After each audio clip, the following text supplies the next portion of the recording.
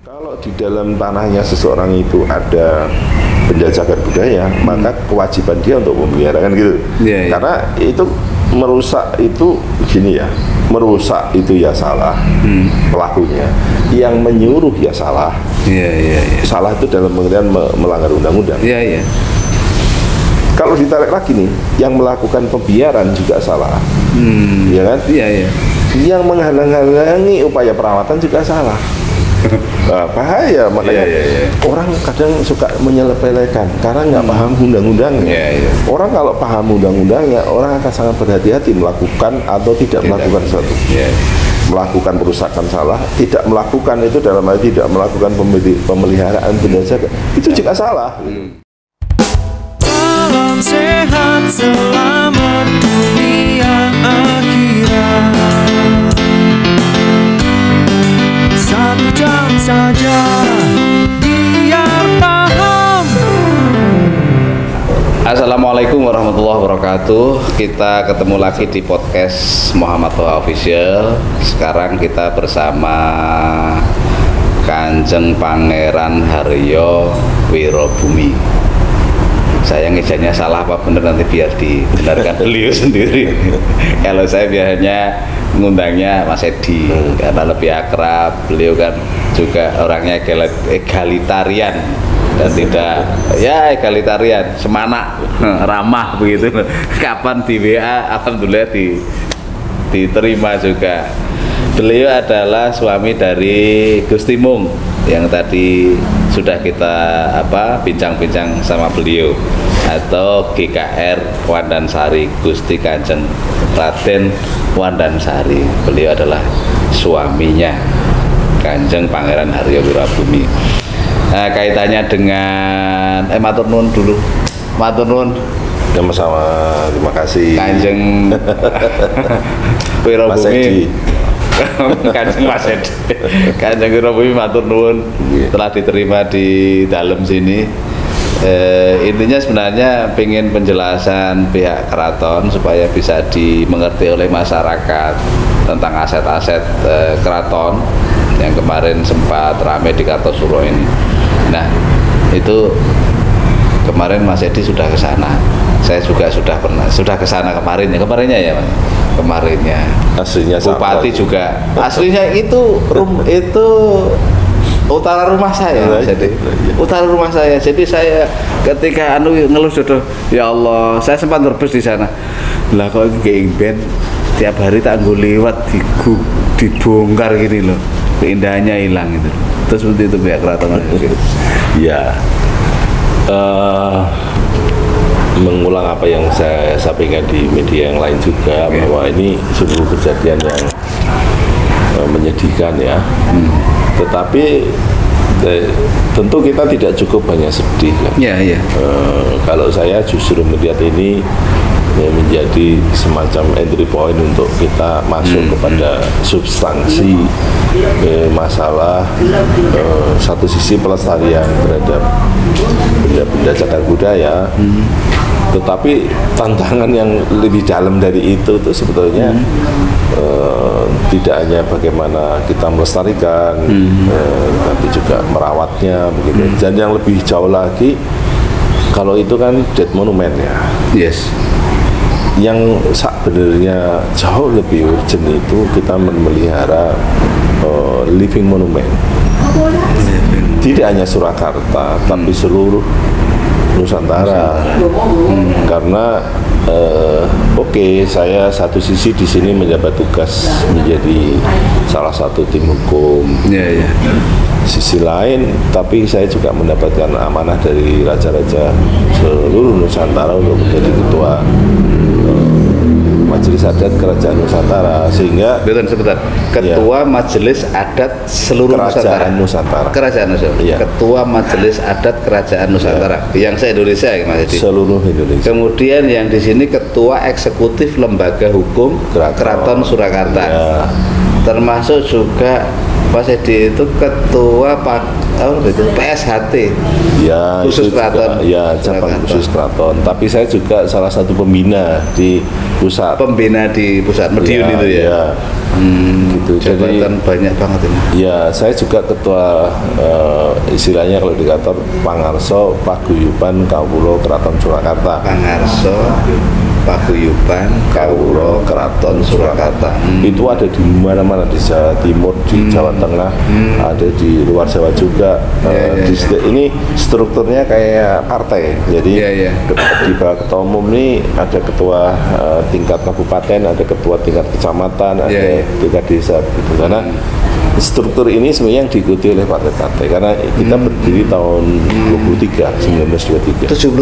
1923. Astagfirullah. 1923. Itu sebelum Republik. Sebelum NU. Iyalah. Jadi setelah Muhammadiyah itu. Iya. Seperti itu. Jadi 1923. Ya, dioso oleh Pak Guru 10. Memang dulu beliau ngendika nanti ini akan menjadi salah satu guru untuk pelestarian adat dan tradisi budaya. Mereka yang akan membawa misi budaya ke mana? Kenyataan juga begitu, di daerah-daerah ini mereka kita istilahnya dedikasikan untuk melestarikan adat dan tradisi budaya di setiap daerahnya. Alhamdulillah di beberapa kabupaten bupati bersama wakilnya, bersama sekdanya, bersama ketua DPRD-nya, contoh Boyolali gitu, udah kompak.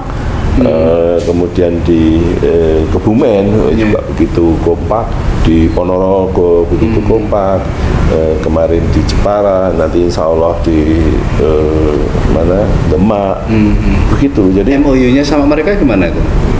Ini bukan MOU lagi, ini kayak partai Mas. Jadi penugasannya struktural begitu. Hanya tupoksinya tentu melihat potensi di masing-masing daerah. Berarti panjenengan itu menugaskan mereka ya, ada penugasan sebagai ketua umum partai. Iya, sebagai umum partai. Iya, karena partai-partai ngikut kita sebenarnya. Kita lebih tua. Berarti itu bisa itu luar biasa. Di Sidoarjo juga sama Pak Bupati. Insya Allah ini karena semangat kita ini semangat nguri-uri kebudayaan. Kalau kita ngomong yang bahasa lain ada living heritage tadi. Nah sekarang kalau itu kita kaitkan sama sebentar Mas, kenapa nggak jadi partai? Ini pada dasar partai ada puluhan kan itu kan? Kita spiritnya dari dulu sejak dibentuk itu adalah kita tidak ada di salah satu partai, tapi kita ada di mana-mana. Jadi anggota kami lengkap, ada merah, kuning, hijau, biru, ada semuanya. Sebagai malah penguatan mereka ya. Iya. Gitu. Jadi kembali ke aset Mas. Jadi ada dead aset, ada living asset. Ya. Living asset itu yang itu tadi ya ceritakan ada penggerak budaya di ini. Kalau dead asset ini yang sulit. Ya kalau istilahnya dead monument itu ya. Dead monument istilahnya. Seperti Benteng Kartosuro itu kan itu benda mati karena keratonnya udah nggak ada kan kegiatannya gitu. Tapi kalau kemudian bicara Keraton Surakartanya adalah living monument karena di sini kegiatan ada tradisi budayanya, masyarakatnya masih ada gitu. Nah, kenapa saya mendorongnya ke sana? Jujur saja kita nih, karena saya ketua Majelis Adat Kerajaan Nusantara, beliau-beliau itu menyuarakan satu aspirasi bahwa kita ini setelah evaluasi kita 78 tahun menjadi bagian dari Republik Indonesia, yang mereka rasakan ini adalah kegiatan adat tradisi budaya makin mati. Dulu kan kita ingin membentuk satu kebudayaan nasional, tapi yang terjadi budaya nasionalnya nggak jelas, budaya tradisinya mati, kan gitu. Nah, sekarang ini sudah bukan saatnya untuk seperti itu lagi, karena jati diri kebudayaan kita sebenarnya adalah yaitu istilahnya pernik-pernik kebudayaan tradisi kita dari seluruh Indonesia, itulah yang menjadi bagian dari kekayaan budaya Indonesia. Jadi mohon maaf, diantara kekurangan Orde Baru salah satunya itu. Makanya kan kita harus berani mengkritisi. Ya sekarang eranya kita nyalakan lagi api kebudayaan dimanapun itu, karena ini ada begini Mas, kita dimatiin, tapi kebudayaan lain masuk secara luar biasa di kita. Kemudian tanpa ini tanpa filter dan mendapat dorongan seolah-olah ini menjadi budaya kita, padahal budaya kita bukan itu. Nah, ini mengkhawatirkan, apalagi ini kemudian tidak sepakat dengan pemikiran pluralisme kebinekaan. Nah, sementara kita sebagai landasan waktu kita mendirikan negara bangsa ini kan memang kita ini plural, kita ini beraneka ragam, makanya semboyannya Bhinneka Tunggal Ika. Nah, ini kalau nggak ada upaya yang serius untuk merawat kebudayaan tradisi kita, ini nanti akan berbahaya untuk eksistensi negara kesatuan Republik Indonesia. Oleh karena itu makanya saya lebih bersemangat mendorong agar kelihatannya masalah sepele, benteng Keraton Kartosuro, tapi ini kayaknya untuk membuka mata kita bahwa ternyata kita selama ini abai, tidak hanya kepada Kartosuro, tapi ke seluruh Nusantara. Gitu. Oleh karena itu, ayolah, mumpung terlambat, kata orang lebih baik daripada tidak. Gitu. Memang terlambat, tetapi mungkin masih bisa dikejar kembali. Kita niatkan sebagai bagian dari rasa cinta kita kepada negara, karena negara tanpa kebudayaan itu ibaratnya sayur tanpa garam, nggak ada rasanya. Dan katanya kita mau jadi negara maju, tapi tetap punya kepribadian kita sendiri. Apa iya sih kemudian kita negara maju, tapi nanti yang kita gunakan justru kebudayaan yang datang dari negara lain, yang itu kemudian sejatinya tidak cocok dengan budaya kita. Boleh meniru Jepang sebenarnya, Mas. Nah, itu ya. Justru coba Jepang, negara semaju apa gitu. Jepang tidak kalah maju sama yang lain, tapi dia tetap menjaga nilai-nilai kebudayaan. Inggris demikian juga kan? Ya, Inggris juga seperti itu. Kurang apa Inggris, tapi dia tetap berpegang teguh pada jati diri kebudayaan. Artinya lembaga ini, Mas, lembaga ini sangat mulia sekali ya, bisa menghidupkan kembali kebudayaan-kebudayaan yang nanti bisa dirangkum jadi kebudayaan nasional kan. Dan itu menjadi kekayaan kita sebenarnya, yang tidak, ya kekayaan, kebanggaan, dan juga menurut saya mengajari budaya sama anak turun kita itu. Anak turun kita ini kan sekarang ya sangat jauh dari budaya itu. Sangat jauh dari budaya, dan akan makin jauh kalau kemudian kita sekali lagi abai terhadap fenomena ini. Oleh karena itu kalau kemudian kita balik lagi ke Kartosuro, saya mohon maaf ya, usia udah segini sama-sama lah, kita satu angkatan ya. Kita udah tahu lah gayanya pemerintah itu ya begitu, terlalu banyak bicara nanti, tapi actionnya terhadap upaya penyelamat yang serius mungkin terlambat gitu. Oleh karena itu saya malah menghargai juga komunitas yang sekarang sudah istilahnya menyiapkan diri untuk bagaimana mereka sudah berpikir gini loh, Mas.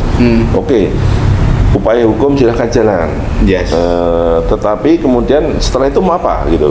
Karena kalau itu dibiarkan melompong, sementara botol-botol gede-gede itu di situ pasti hilang gitu. Karena itu kan langsung ditutup. Sekarang ditutup kan, dalam rangka untuk pengamanan. Bukan berarti kita mengganggu proses hukum, bagaimana tetap ditutup tapi proses hukum jalan kan gitu. Lalu mereka sudah berpikir nih, itu botol di sana itu ada 4 ukuran, sudah diukur. Ada ukuran 1, 2, 3, 4. Ini dari komunitas sudah kemudian pesan batal, nggak usah banyak ngomong.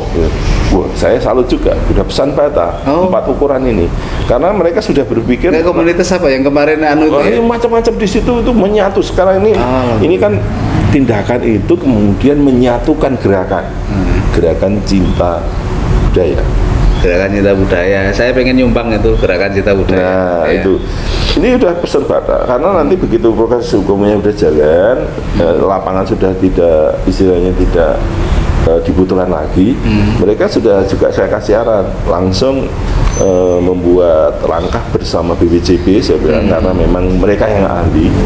Lalu itu nanti kalau rekonstruksi itu pasti dibutuhkan bata yang sama ukurannya. Ya, jadi aturannya di dalam BJP itu kan memang kalau bisa yang dibongkar itu sepenuhnya dikembalikan. Tapi kalau itu dikembalikan nggak cukup pasti butuh yang baru. Nah, yang baru ini dengan ukuran yang sama, model yang sama, warna yang sama, itu tata caranya sudah. Nanti bersama BJP mereka yang akan biar orang sah pemerintah kok kan begini nggak ada apa-apanya, sesuai itu nanti. Mereka yang akan bergerak, mereka yang akan menghimpun dana dari berbagai itu. Saya malah salut sama pejuang kebudayaan yang ada di ketemu salah satunya kemarin. Ya, saya pas kesana ketemu salah satu. Saya hanya memberikan istilahnya ibaratnya saya tuturi handayani. Biar mereka yang ada di depan gitu.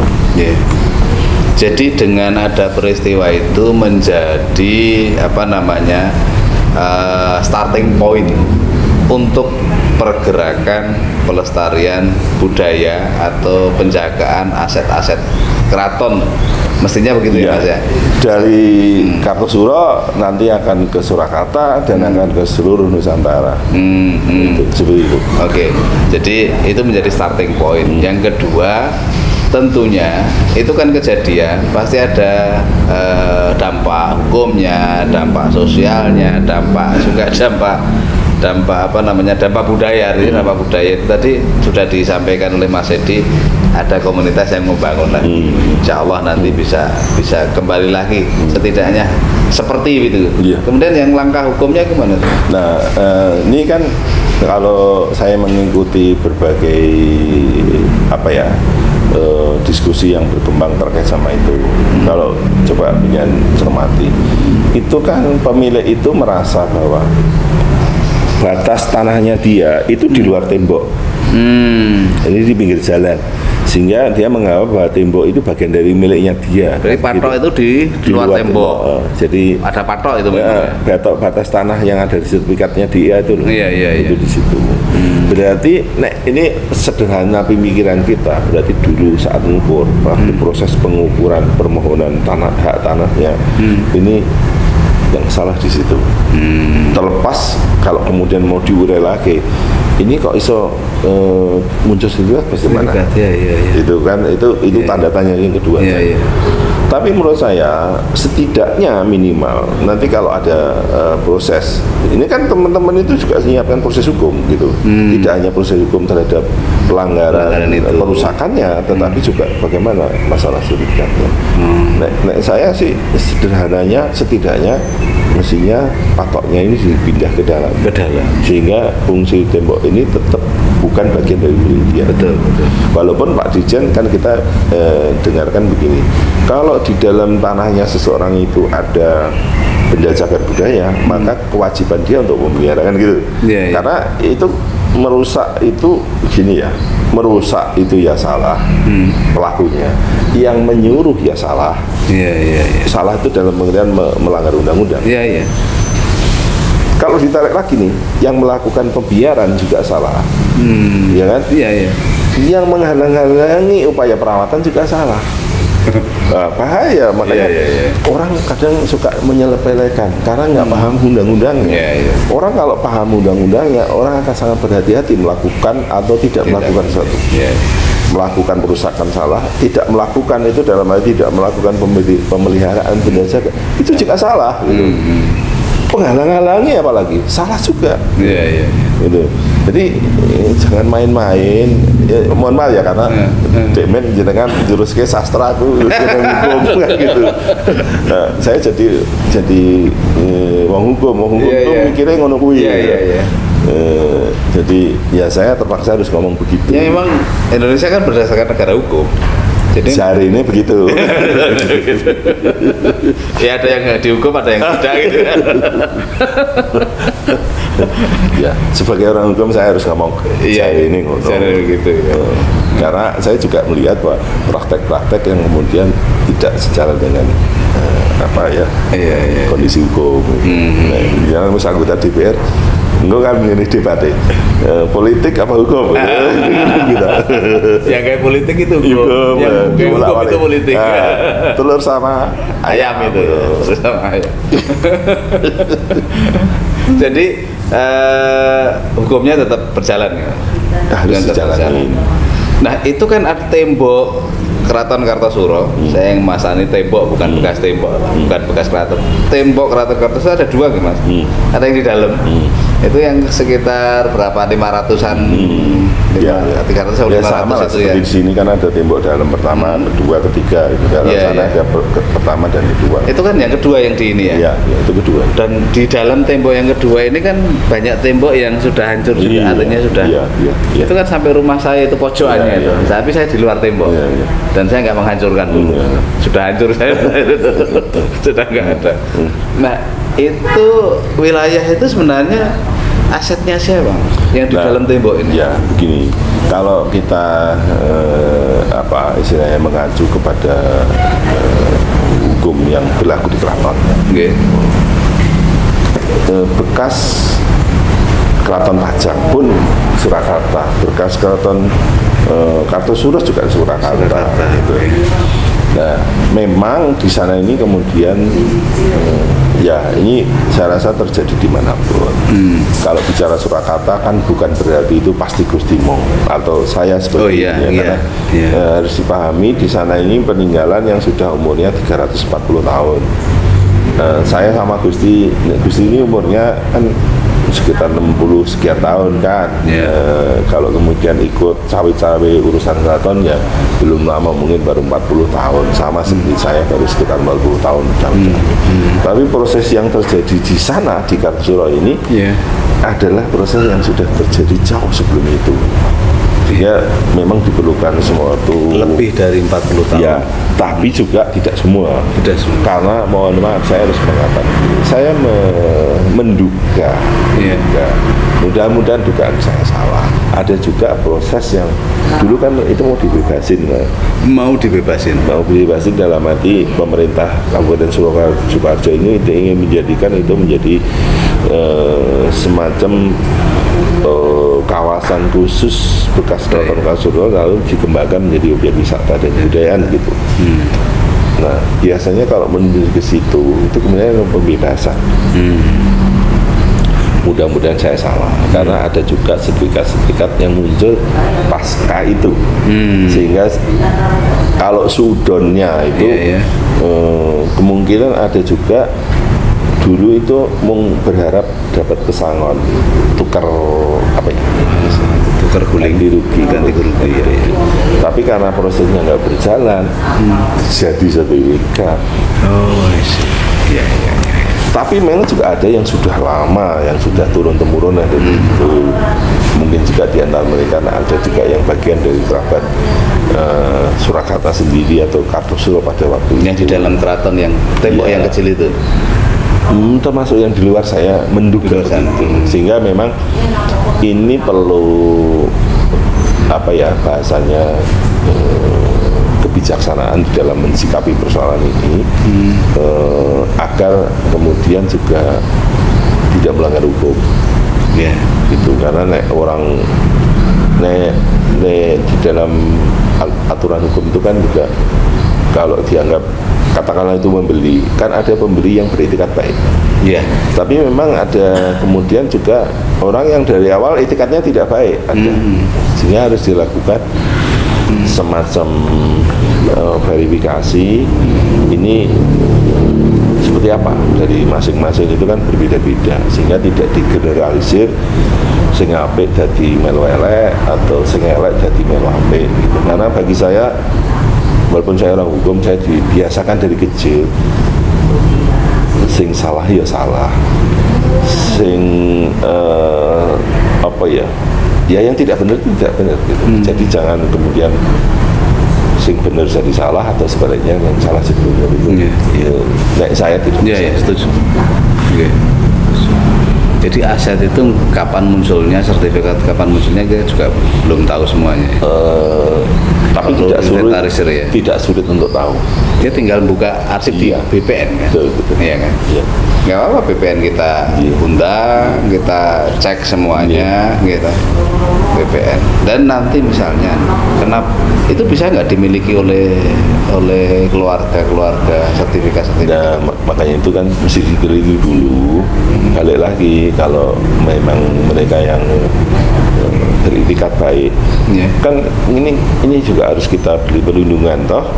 Tapi kalau yang niatnya orang apik yo bagaimana kan? Harus ada kebijaksanaan. Nah, menurut saya setelah saya juga melihat waduh real kayak begitu. Nek misalnya sisan-sisan mungkin itu menjadi gerakan atau program pemerintah, katakanlah direlokasi, diberikan tempat yang lebih baik, mungkin bisa saja. Tapi juga mau untuk apa? Itu kan juga jelas. Harus jelas. Konsepnya harus betul. Nah, sekarang mungkin tahapannya itu dulu lah, yang roboh itu hukumnya ditegakkan, terus itu dibenahi dulu, diikuti pembersihan yang baik, gitu sambil lakukan pendataan. Artinya kan sebenarnya perlu kerja dewan lembaga adat itu tadi ya. Tapi tentu nggak bisa sendiri. Artinya begini ya. Bisa jadi yang bongkar itu memang tidak tahu benar. Bisa jadi ya, dia tidak tahu benar. Apalagi sudah katanya disuruh RT-nya atau apa begitu, nggak tahu benar.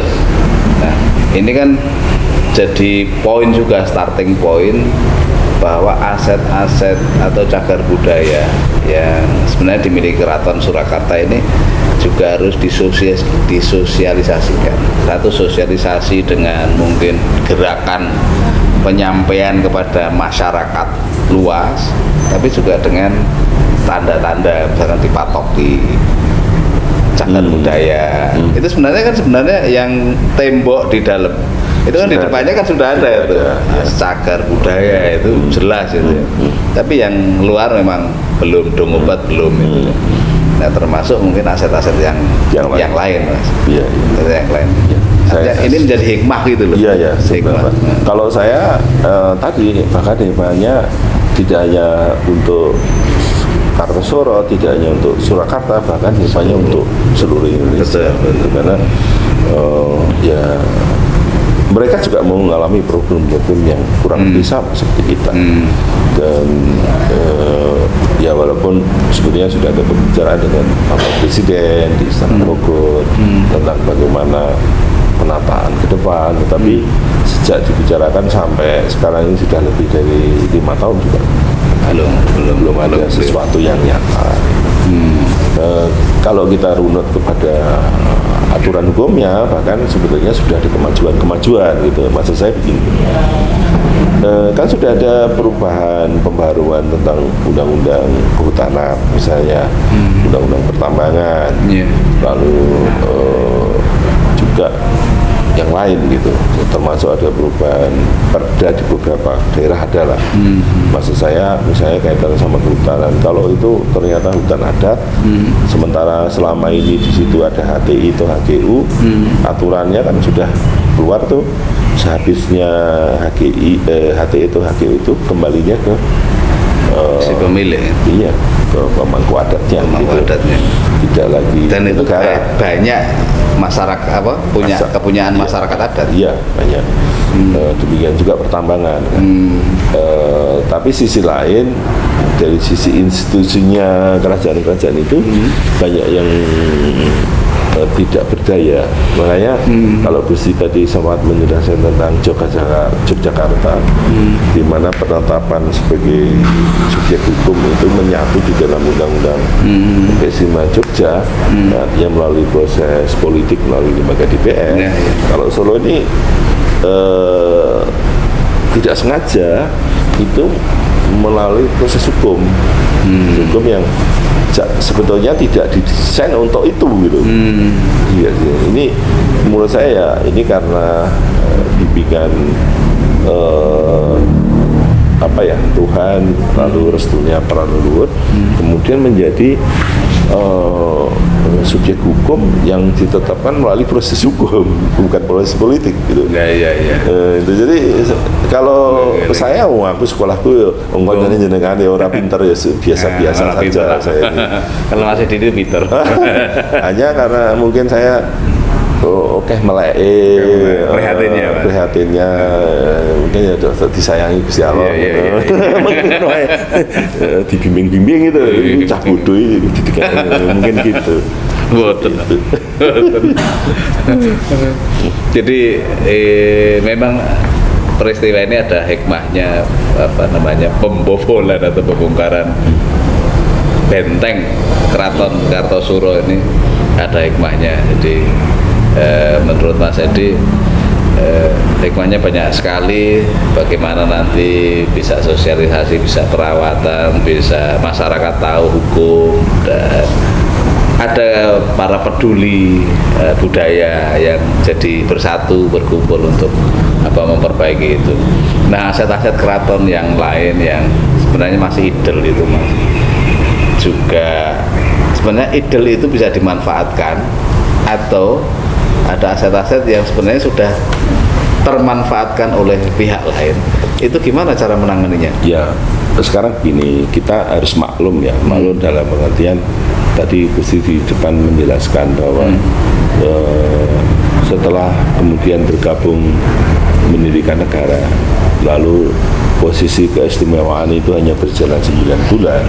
Setelah itu yang terjadi kan justru tadi aset-aset itu menjadi tidak jelas, tidak jelas, lalu dikuasai oleh banyak pihak, dikelola oleh banyak pihak. Sementara keraton tidak punya kemampuan untuk katakanlah mengurus, karena tidak punya legal standing. Pertama, legal standing kan salah satunya, tetapi yang lebih penting adalah juga data. Data itu, pusat data keraton kan Kepatian. Kepatian kan dibakar kan, datanya kan dijarah. Ya, jadi ini memang ini by design, karena jadi dulu itu data-data di Kepatian itu. Iya kan, di situ pusat pemerintahannya kan di situ kan. Pas kebakaran itu kebakar semua. Bukan kebakaran, itu dibakar, dijarah dan dibakar. Nggak bisa dibolak-balik. Ini kata-kata yang clear, itu dijarah dan dibakar. Dijarah dan dibakar. Diambil memang datanya. Tapi balik lagi, Tuhan tidak sare katanya. Gusti Allah betul sare. Sekarang data itu balik melalui tangan yang berputar-putar kemana-mana, ketemu gitu, aman. Yang dari Kepatian itu? Sebagian besar dari situ. Nah, tetapi kan kemudian di lapangan sudah terjadi dikuasai pihak lain, dikelola pihak lain, sudah menjadi ini dan itu gitu. Nah, lalu bagaimana mensikapi? Ya, pertama kita harus tahu diri dalam arti bahwa sekian lama dibiarkan, kalau kemudian dikuasai, dikelola ya maklum kan. Tinggal bagaimana sekarang kita berembuk sama mereka yang mengelola atau mereka yang menguasai, agar kemudian juga ada komunikasi supaya tidak untuk wirah bumi, tidak hanya Gusti Mung juga, tapi Gusti ini bertanggung jawab untuk keraton secara utuh, di mana di dalamnya ini meliputi seluruh dinasti, termasuk di dalamnya ya kakaknya yang jadi raja. Nah, sehingga ya sekali lagi kita tidak mendesain, tapi kemudian kok terjadi bahwa secara hukum lembaga Dewan Adat ini berhak untuk mengelola seluruh aset, bergerak tidak bergerak di dalam dan di luar. Yang masih dikuasai itu pun dikuasai pihak lain, yang masih dikelola pun dikelola orang lain gitu. Nah, oleh karena itu pertanggungjawabannya lembaga Dewan Adat kepada seluruh dinasti, di dalamnya ada raja, ada ini gitu. Sehingga sebenarnya posisi ini juga sejalan inline dengan aturan adat. Jadi sebenarnya lembaga Dewan Adat itu menginventaris, kemudian nanti akhirnya kalau bisa kerjasama dengan pengelola aset, dan hasilnya kan juga untuk kepentingan keraton. Iya, seperti itu. Dan harus untuk nguri-uri melestarikan semua ini kan. Dan harus ini secara sudah terbiasa apa-apa dirembuk bersama oleh perwakilan dinasti itu. Dibicarakan terbuka mau apa, kalau dapat hasil ya bagaimana, berapa, dibicarakan secara terbuka di sini. Tidak bisa sembunyi-sembunyi. Dan yang pasti sejauh aset itu masih bisa dipertahankan, ya harus dipertahankan. Kalaupun ini ya kerjasama lah, tapi tidak untuk dilepas. Untuk keraton. Dan menurut saya ke depan banyak lah yang kita bisa. Beteng itu juga milik keraton ya Mas? Ya kalau sesuai data seperti itu. Tapi kan pengelolanya sampai saat ini contoh kecil aja. Contoh kasus aja. Gini contoh kalau bicara tentang itu. itu kan dulu tadinya digunakan oleh TNI kan. Iya, tentara. Dilakukan semacam tukar guling begitu dengan pihak ketiga. Lalu setelah itu kemudian yang terakhir almarhum salah satu pengusaha gede Solo itu yang mempunyai sertifikat HGB kalau tidak salah. Ini udah mau habis. Tapi kalau mau dilihat secara utuh, tadi berbondingnya miliknya Surakarta. Tapi ya artinya kalau HGB-nya selesai kan dikembalikan ke keraton kan? Ya. Misalnya dimunculkan HGB baru atas sama orang lain juga kan ada batasnya. Tapi alasannya tetap punya. Alasannya pasti itu kan. Nah itu berarti kan panjenengan sama anggota Dewan Adat ini kan menginventarisir semua ini ya. Termasuk itu ya. Itu contoh kasus itu Beteng, Sargede. Kalau Sargede itu enggak? Betengnya tadi sharing profit enggak? Oh selama ini enggak ada sama sekali. Enggak ada. Karena kita juga belum ngomong kepada siapa. Ini karena menyatakan aku ngomong. Sebenarnya tidak juga kita bicarain karena. Sargede itu juga enggak? Nah kalau pasar ini kan dari awal memang dirancang, didedikasikan memang untuk kepentingan masyarakat. Dulu kan istilahnya kalau berbeda kan sudut pandangnya. Kalau pemerintahan zaman kerajaan dulu itu memberikan tempat kepada warganya untuk cari makan gitu. Tapi kalau sekarang ini membuat tempat kan ingin narik retribusi toh. Iya enggak? Beda Mas. Walaupun dulu juga sekarang contoh nih, ini contoh konkret ini. Dulu juga ada pajak toh Mas. Tapi coba berapa gitu. Sampai sekarang ini contoh Baluarti dulu, Baluarti. Dengan tempatnya di Baluarti, ukurannya misalnya 600 meter. Itu setahun paling bayar berapa? Rp20.000 ke keraton. Rupiah loh Mas. $20.000 akeh. Rp20.000. Itu apa uang sewa? Tapi abdi dalam. Ya mau abdi dalam orang luar segitu kira-kira.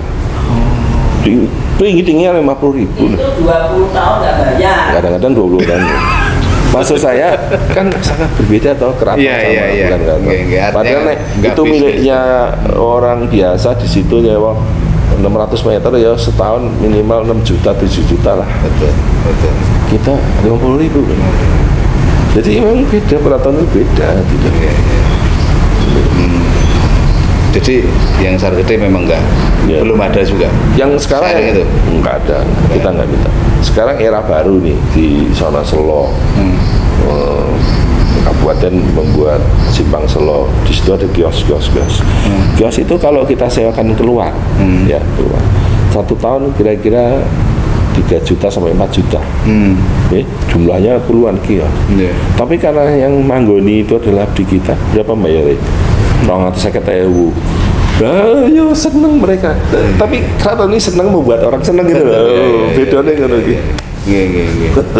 Dulu malah jadi meskipun para pejabat itu istilahnya pangreh projo tapi pamong juga ya, melayani ya meskipun pangreh ya. Jadi walaupun era sekarang Gusti atau lembaga Dewan Adat itu juga tetap membawa spirit para leluhur dulu untuk isoi maring aja njaluk gitu.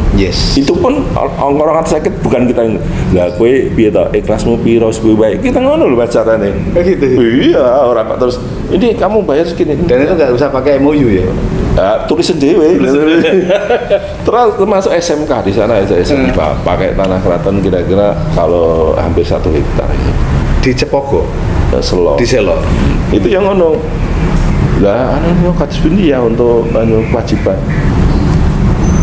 ikhlas piro. Ngono Mas, ora kok kita menentukan harus bayar ini.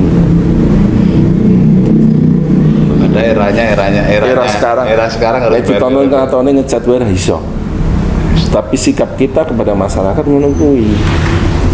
Ini yang perlu diketahui oleh masyarakat umum juga Mas Edi. Jadi keraton itu masih sampai saat ini masih melayani masyarakat ya, dengan harga yang sangat murah atau bahkan ya melayani sekedar ikhlas melayani. Tapi mungkin harus ada juga yang melayani keraton, artinya untuk kepengurusan yang ngurus-ngurus ubur ampir dan sebagainya yang ada di keraton itu. Tadi Mas Edi bilang ngecat aja kangelan karena memang gak ada hasilnya. Lah itu APBN apa enggak anu lagi? Nah, kalau bicara APBN ini agak kacau juga karena begitu di sini ada masalah ini kan kemudian itu jadi masalah juga gitu. Jadi sempat kemudian masalah itu bahkan berproses hukum dari pengadilan Semarang waktu itu, negeri Semarang, pengadilan tinggi, Mahkamah Agung. Jadi ya mohon maaf kasar kata ini kita berbeda pendapat antara Gusti Imong, kakaknya dan kakaknya satu lagi Gusti Tejo. Gusti ini kan minta tetap seperti biasanya disalurkan kepada mereka yang berhak. Lalu beliau kepinginnya kan itu dikirim ke rekeningnya beliau. Itu berproses Mahkamah Agung akhirnya juga memutuskan yang benar Gusti. Gitu. Tetapi sekarang setelah putusan yang tahun itu tetap diberikan pribadi. Akhirnya kan juga malah kacau. Padahal itu kan harus ada pertanggungjawaban. Itu dia. Berarti kan harus ada semacam lembaga. Harus badan hukum. Berbadan hukum ya, lembaga. Tapi kan kita ngalah aja lah. Pemerintah maunya begitu ya, monggo. Akhirnya apa coba? Dulu sampai 7 tahun kita gaji sendiri, bukan dari dana pemerintah. Gitu. Terus ini waktu itu terakhir sampai tahun 2017. Lalu kan kita nggak boleh masuk tuh di pasar dulu. Ya, setelah kemudian akhirnya balik lagi bersengketa di proses hukum sampai Mahkamah Agung, kemudian membatalkan putusan pengadilan negeri, putusan pengadilan tinggi, kemudian kita jadi kuat lagi kan, ingkrah begitu, lalu ada penetapan, sekarang kita mulai bisa ngaji lagi kepada mereka. Gitu. Hasil dari mana itu tadi? Ya yang tadi usaha-usaha tadi. Iya, termasuk ya kita pada urunan dari ini dari mana-mana lah intinya, kemudian kita bisa ngaji. Kita bisa mulai dandan-dandan lagi, pagelaran sisi barat itu runtuh. Kita laporan ke BPJP, laporan pemerintah pusat, ya biarin aja. Terus samping Sasono Mulyo runtuh, dibiarin aja juga, akhirnya kita tandani sendiri, sekarang udah bagus. Jadi artinya walaupun kami ini bahasanya tidak dicepuri dalam, tapi kami masih tetap bisa bergerak untuk melakukan tadi perawatan, tidak hanya bangunan fisiknya, tetapi juga yang lebih penting adalah ini sebagai living monument itu tetap kita jaga. Karena Gusti ini dulu janjinya sama saya itu lucu sama kawin dulu. Iya gimana? Pokoknya nomor 1 bukan dirimu, nomor 1 bukan diriku piye. Terus nomor 1 ini keraton. Gitu. Itu pas di Kijang Kotak itu ya. Tapi ini Kijang loh.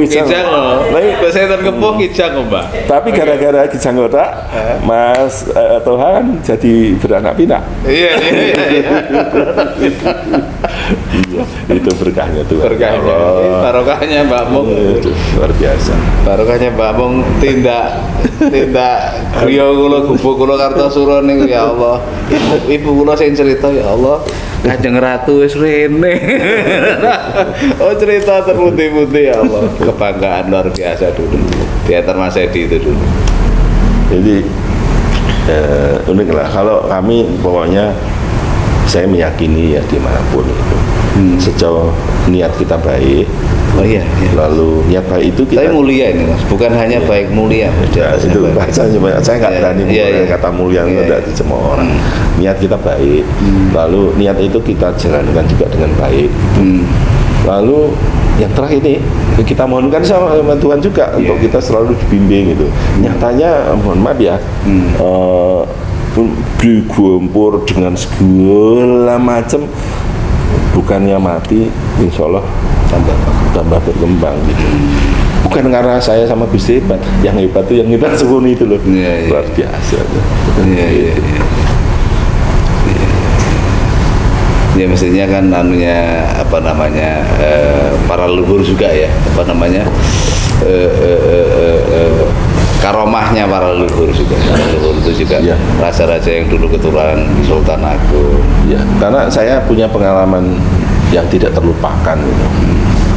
Saya sama Gusti masih proses dulu.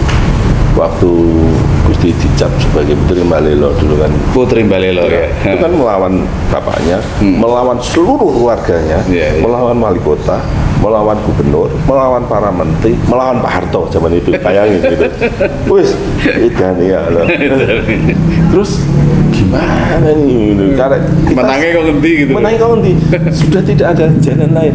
Kami hanya datang ke Imogiri. Imogiri. BP10. Di sana kita bermunajat, berdoa di sana. Ya, kita doanya tetap kepada Tuhan. Tapi kita mau juga kalau memang leluhur ini, Karomahnya. Nah. Ya. itu kita malam Jumat dari sore sampai pagi kita berdoa di situ. Pagi pulang Solo, USUE itu mahasiswa pulang penuh ngewangi Gusti. Ya Allah. Jadi itu loh rahasianya di situ. Ternyata kita nggak boleh menyerah sesulit apapun. Apa ya? Yang membantu kita pada akhirnya tetap. Iya, iya, iya. Dan Tuhan tidak akan memberi kesulitan di luar kemampuan Ya, kita itu kan. dia, itu dia. Pasti akan ditolong oleh Ya, Tuhan. oleh karena itu kalau saya mau tulis pokoknya sekarang kalau niat kita lurus, niat kita baik, cara jalan kita baik, Iya. terus kita mohonkan dengan cara yang baik juga, jualan wae, gue urusannya belakangan dulu. Jadi itu yang maksudnya nomor 1 itu keraton, nomor 2 Mas Edi itu. Ya itu kan sanepan aja ya, artinya sanepan mengurus apa masyarakat yang lebih. Ya, karena memang ini dia- menjadi prioritas. Cintanya udah terlanjur Iya, untuk iya. keraton. Seperti itu. Jadi tetap proses berlanjut.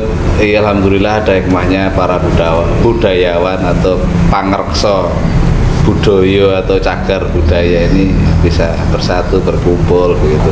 Ya kita dorong terus saja. Kemudian ininya Mas apa namanya? Koordinasi sama pemerintah daerah gimana? Ya, bahkan kan kemarin saya WA yang ora penyen buka. Oh iya ya Karena mau punya gini, Mbok, ayo kita koordinasi. Yang menyanyikan juga satu sisi warga Nggih, saya siap. Suparjo, tapi sisi lain juga wakil rakyat kan dari Iya, Suparjo. iya. Boleh dong aspirasi. Iya. Ketemu Bupati, nanti kan ini ikut di situ Iya. untuk dalam rangka ya konsolidasi agar langkahnya ini, kalau enggak engkau ketinggalan loh, ketinggalan sama mosok ketinggalan karo masyarakat kecil-kecilan eman-eman. Kalau misalnya itu dikanalisasi jadi gerakan bersama pemerintah kan bagus. Iya ya, Bu Eti kalau mendengarkan ini nanti kita agendakan untuk pertemuan agar bisa ya lebih menyelesaikan secara apa ini namanya kafah, menyeluruh gitu, komprehensif gitu. Iya. Masalah-masalah tentang cagar budaya dan aset keraton Surakarta. Mas Edi yang terakhir mungkin bisa menyampaikan beberapa hal kepada masyarakat kaitannya khususnya dengan peristiwa kemarin Keraton Kartosuro yang dibongkar itu. Ya, tentu yang pertama terima kasih untuk Mas Toha. Mudah-mudahan sehat selalu. Amin, amin. Sukses untuk keluarga Amin, juga. amin, amin. Lalu yang terima kasih juga untuk para pemirsa dimanapun berada. Saya ingin menyampaikan bahwa kejadian yang ada di Kartosuro ini memang mengagetkan, tetapi cobalah kita tidak berhenti kepada kaget, tapi ayo kita jadikan momentum ini untuk membangkitkan rasa cinta kita kepada kebudayaan kita sendiri dimanapun para pemirsa berada. Karena kalau kita tidak kembali cinta kepada kebudayaan kita, nanti yang tumbuh dan berkembang adalah kebudayaan lain yang sejatinya tidak cocok dengan kebudayaan kita. Benteng Kartosuro menjadi titik tolak untuk kebangkitan kita, tetapi saya mohon ayo gerakan ini kita mobilisir untuk menjadi gerakan nasional ke seluruh Nusantara. Saatnya kita kembali kepada jati diri kebudayaan kita sendiri, kebudayaan timur yang ramah, yang santun, dan insya Allah tetap menyatu dalam bingkai Negara Kesatuan Republik Indonesia. Cinta kebudayaan berarti cinta tanah air. Terima kasih. Assalamualaikum warahmatullahi wabarakatuh. Waalaikumsalam warahmatullahi wabarakatuh. Pemirsa podcast Muhammad Toha sekalian, demikian bincang-bincang kami dengan Kanjeng Pangeran Haryo Wirobumi, atau saya sebut atau panggil biasanya Mas Edi, dan tadi juga dengan Mbak Mung. Saya hanya kesimpulan saya sendiri, Mas Edi ini orang hukum yang sangat berbudaya. Jadi mungkin kalau di hukum itu, di bidang hukum adalah hukum yang substansial, yang substantif gitu, hukum yang substantif. Ya, kebenaran itu memang yang tidak bisa diukur, yang benar gitu. Kalau Mbak Mung itu katanya galak, tapi ternyata beliau itu adalah menepati ayat-ayat Quran, yakni kulil haqqo walau kana murran, ya, sampaikan meskipun itu pahit. Menyampaikan kebenaran ya dengan tegas itu ya bisa dibilang oleh orang lain galak dan sebagainya kan, tapi itu sebenarnya kebenaran yang harus disampaikan. Terima kasih atas perhatiannya. Kalau bermanfaat bisa di-share ke teman yang lain, bisa di-like, bisa di-subscribe juga. Kalau nggak terima ya bisa di-komen. Nah, nanti komennya ke saya, kita sampaikan ke Gus Timung dan Mas Edi. Oke, terima kasih, salam sehat dan selamat dunia akhirat. Assalamualaikum warahmatullahi wabarakatuh. Waalaikumsalam.